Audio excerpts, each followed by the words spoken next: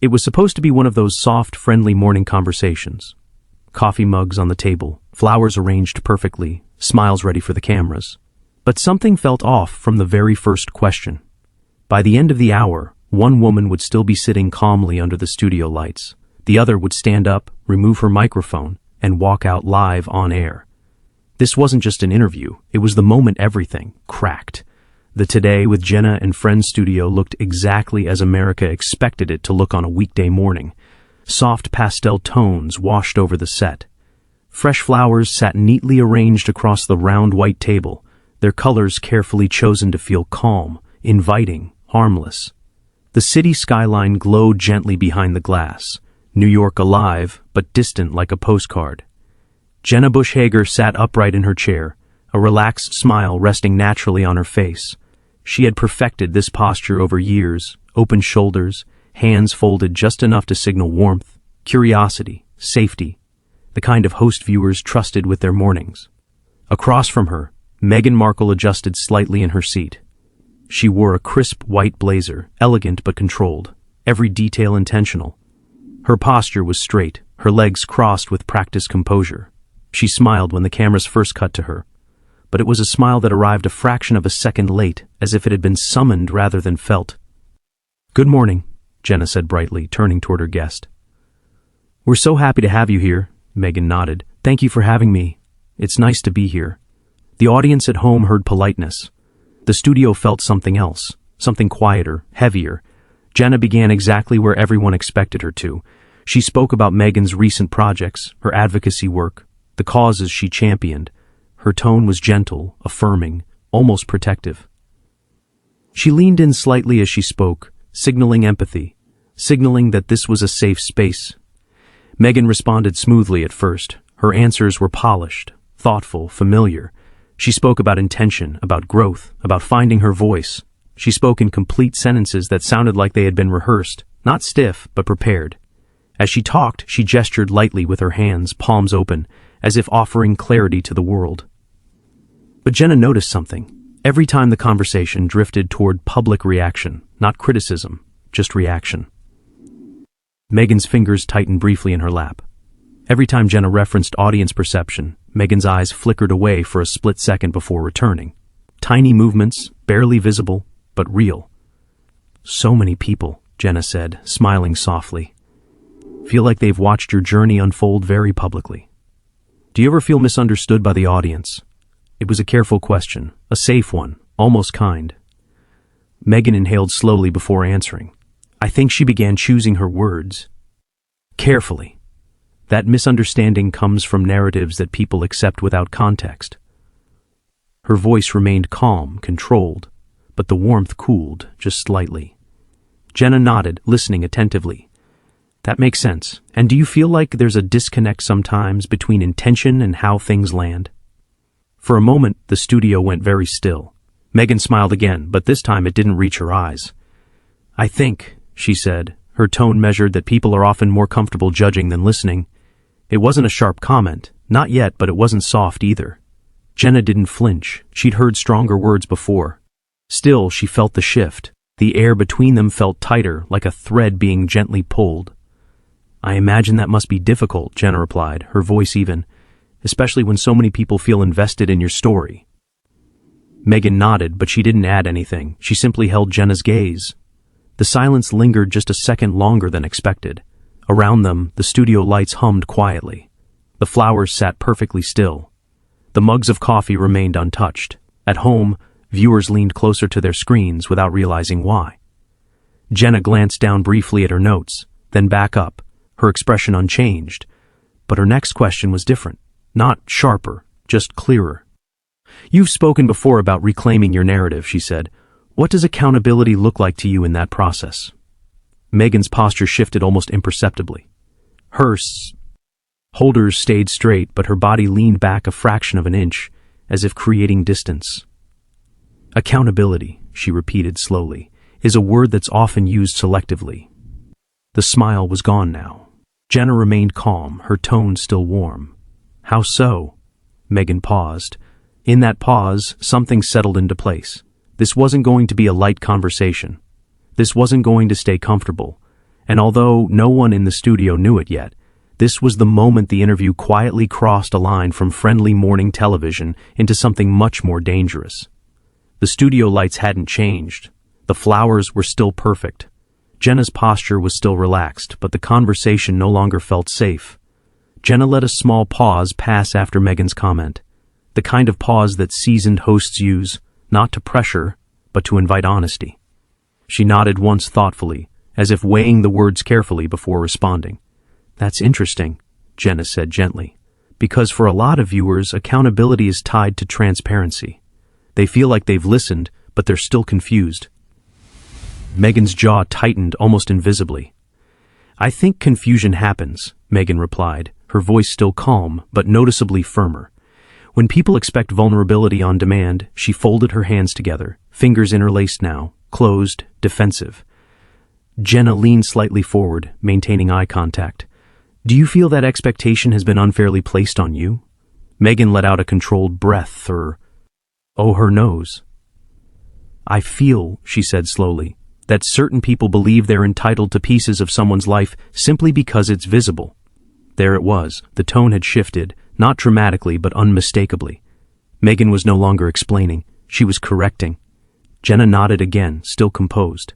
"I hear that, but at the same time, you've chosen to share very personal experiences publicly, books, interviews, documentaries. Do you think that opens the door to questions people feel justified asking?" The question landed softly, but it landed. Meghan's eyes flicked briefly toward the floor, then back up. Her smile returned, but it was thinner now, carefully placed. "I think there's a difference," she said, "between sharing your truth and being interrogated about it." Jenna didn't interrupt. She didn't push back. She simply waited. "And sometimes," Meghan continued, "those interrogations come disguised as curiosity." The word hung in the air. Curiosity. Jenna shifted in her seat, uncrossing and recrossing her legs, not nervously but thoughtfully. She had interviewed presidents, authors, survivors. She recognized this moment when a guest began framing the host as part of the problem. "That's fair," Jenna said evenly, "but my role here is to ask what viewers are already asking at home." Meghan's eyebrows lifted slightly. "And my role," she replied, "is to decide which questions deserve answers." The temperature in the room changed. It wasn't anger. Not yet. It was resistance. Clear, deliberate assistance. Jenna smiled again, but this time there was a subtle firmness beneath it. "Of course. But when questions go unanswered, people often fill in the gaps themselves." Meghan leaned back fully now, "And that," she said, "says more about them than it does about me." The silence that followed was heavier than before. Jenna held her gaze unblinking. "Do you worry?" she asked carefully. "That shutting down certain conversations reinforces the perception that you're avoiding accountability." For the first time, Meghan didn't respond immediately. Her fingers unclasped, then clasped again. Her shoulders remained squared, but something in her expression shifted. A flicker of irritation quickly masked. "I think," she said at last, "that perception has become a weapon." Jenna's head tilted slightly. "A weapon?" "Yes," Meghan said, her voice smooth but edged now. "Used to silence, to corner, to force narratives that benefit others." Jenna took a breath. She could feel the line tightening beneath her feet. Still, she pressed gently forward. "But isn't there also power?" she asked, in confronting those perceptions directly. Meghan smiled again, this time with unmistakable coolness. "There is also power," she replied, in refusing to perform for them. The word perform echoed. Jenna straightened subtly in her chair. "This isn't a performance, Meghan." Meghan's eyes narrowed just a fraction. "Isn't it?" she asked quietly. For the first time, the warmth between them was gone entirely. Jenna didn't raise her voice. She didn't bristle, but her tone hardened just enough to be felt. "This is a conversation," she said. "One you agreed to have." Meghan nodded once. "And conversations," she replied, "require respect." The implication was clear. The studio felt smaller now. The space between their chairs felt charged, electric. Off camera, producers shifted uneasily, sensing the turn, but unable to stop it.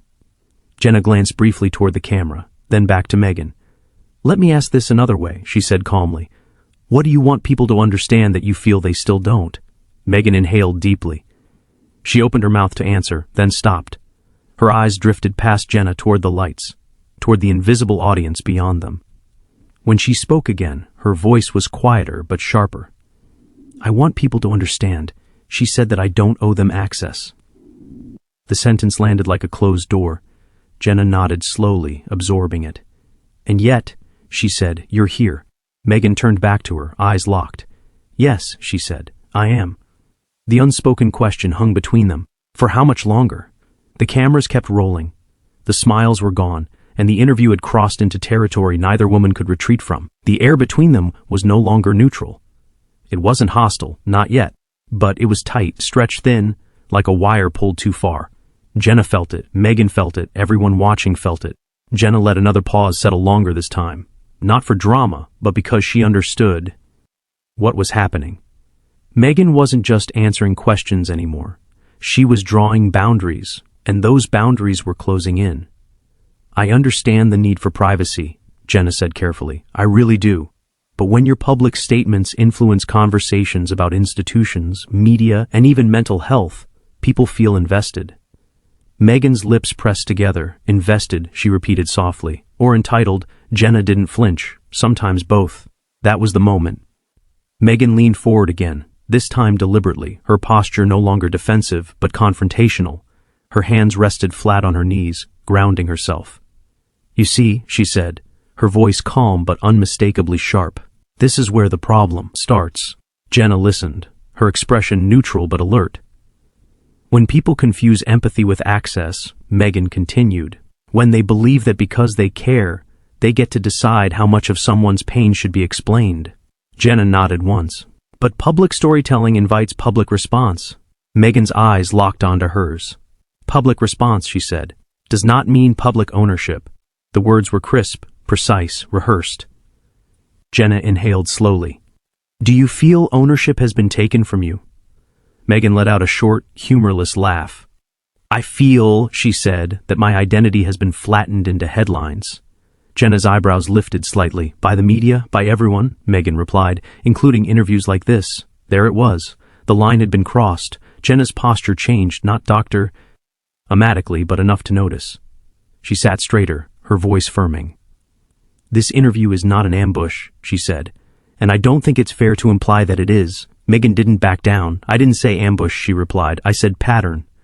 Jenna's jaw tightened subtly. "A pattern of asking difficult questions?" she asked. "A pattern," Meghan said, "of framing those questions as reasonable while ignoring the emotional cost." The studio felt suddenly very quiet. Jenna's tone sharpened. "Meghan, with respect, emotional cost exists everywhere. Many people watching have experienced trauma without platforms, without resources." Meghan's eyes flashed. "And that," she said quickly, "is exactly why I speak." Jenna didn't yield. "Then why resist the questions that come with it?" Meghan's voice rose, not loud but forceful. "Because speaking is not the same as being dissected." Jenna leaned forward now, matching her intensity, but refusing to engage can look like deflection. Meghan's expression hardened. "Look to whom?" she shot back. "To commentators, to critics, or to hosts who believe pushing harder equals truth." The word hosts was unmistakable. Jenna exhaled through her nose, a crack finally visible in her composure. "I'm asking because clarity matters," she said. "Because narratives don't exist in a vacuum. And neither do people," Meghan replied immediately, "but they're treated like they do." The exchange had lost its softness entirely. Jenna paused, then spoke more directly than before. "Do you acknowledge that some of the criticism you receive isn't rooted in misunderstanding, but in disagreement?" Meghan didn't hesitate. "I acknowledge," she said, "that disagreement often disguises discomfort." Jenna shook her head slightly. "That feels dismissive." Meghan's voice cooled. "And that feels familiar." The tension was no longer subtle. It was visible on their faces, in their posture, in the way neither smiled anymore. Jenna's eyes narrowed just slightly. "Are you saying I'm part of that problem?" Meghan held her gaze. "I'm saying," she replied carefully, "that intentions don't erase impact." The studio light seemed brighter now, harsher. Jenna sat back, her voice measured but firm. "Then, let me be clear about my intention." She paused. "I'm not here to validate or condemn. I'm here to understand." Meghan's laugh came again, quiet, restrained. "Understanding," she said, "requires listening." Jenna met her stare, and listening requires openness. They were at an impasse. For several seconds, neither spoke. Meghan finally broke the silence. "I've been open," she said. "But I won't be cornered into proving my worth." Jenna responded instantly. "No one asked you to." Meghan's eyes sharpened. "That's exactly how it feels." The room felt like it was holding its breath. Off camera, a producer glanced at the clock. Another reached for a headset. Jenna glanced briefly toward the audience monitor, then back to Meghan. "Then maybe," she said carefully, "we're no longer having the same conversation." Meghan nodded. "Once, maybe," she replied. "We never were." The distance between them felt final. And for the first time since the interview began, Meghan shifted in her chair, not forward, not back, but sideways, as if already preparing to stand. The breaking point was no longer approaching. It was here. No one moved. For a brief moment, the studio existed in a strange suspension, lights humming softly, cameras still rolling. Audience silent, not because they were told to be, but because no one dared to breathe too loudly. Meghan shifted again. This time it wasn't subtle. She straightened her jacket, smoothing the fabric with deliberate calm. The gesture wasn't nervous. It was resolved. Jenna noticed immediately. "Meghan," she said, her voice gentler now, sensing the change. "Before we move on," Meghan raised a hand. Not aggressively, not dramatically, just enough. "I don't think we are moving on," she said. Jenna froze. The audience murmured faintly, a ripple of confusion spreading across the room. Meghan turned slightly toward the cameras, her posture composed, her expression steady, but unmistakably firm. "I came here," she began, expecting a conversation, not a cross-examination disguised as empathy. Jenna's lips parted, but Meghan continued. "I've answered questions. I've shared parts of myself that didn't belong to headlines, panels, or opinion columns. And still, it isn't enough." She looked back at Jenna now, her gaze unwavering. "Because the goalposts keep moving." Jenna inhaled slowly. "That's an ode to my intention." Meghan nodded once. "I believe you think that." The sentence landed harder than any accusation. Jenna leaned forward again. "Then help me understand what you need from this moment." Meghan considered her for a second, then she shook her head. "I don't need anything from this moment," she said quietly. "And that's the point." She placed her hands on the arms of the chair and stood. Gasps rippled through the audience.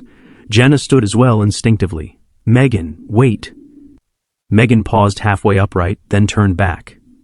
"This," she said, gesturing gently between them, "is exactly why I'm leaving." Jenna's voice tightened.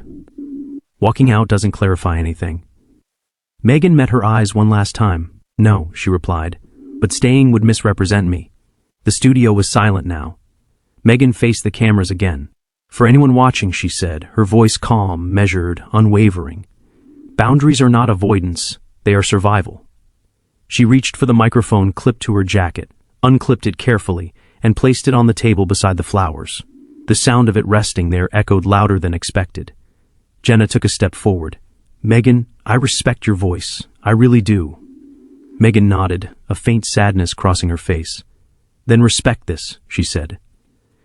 She turned and walked toward the edge of the set. The cameras hesitated, unsure whether to follow. Jenna stood frozen, hands clasped, eyes fixed on the space Meghan had occupied just seconds earlier. As Meghan reached the exit, she stopped. Just once. Without turning around, she spoke. "I hope one day," she said, "women won't have to leave rooms just to keep their dignity intact." Then she was gone. The curtain behind the set barely moved as it closed. For a full 5 seconds, nothing happened. Finally, Jenna exhaled. "Well," she said quietly, returning to her seat. "That was not how we planned today." She looked into the camera, composed but visibly shaken. "But sometimes," she added, "real conversations don't end neatly." The audience applauded. Not loudly, not enthusiastically, but respectfully. The camera slowly pulled back. The flowers on the table sat untouched. One microphone lay where it had been left, and the chair across from Jenna remained empty. The segment faded to commercial, but the moment didn't because by the time the screen went dark, social media was already on fire. If you felt the tension, if that silence stayed with you, like the video, subscribe for more powerful dramatic stories and tell us in the comments, was Meghan right to walk out?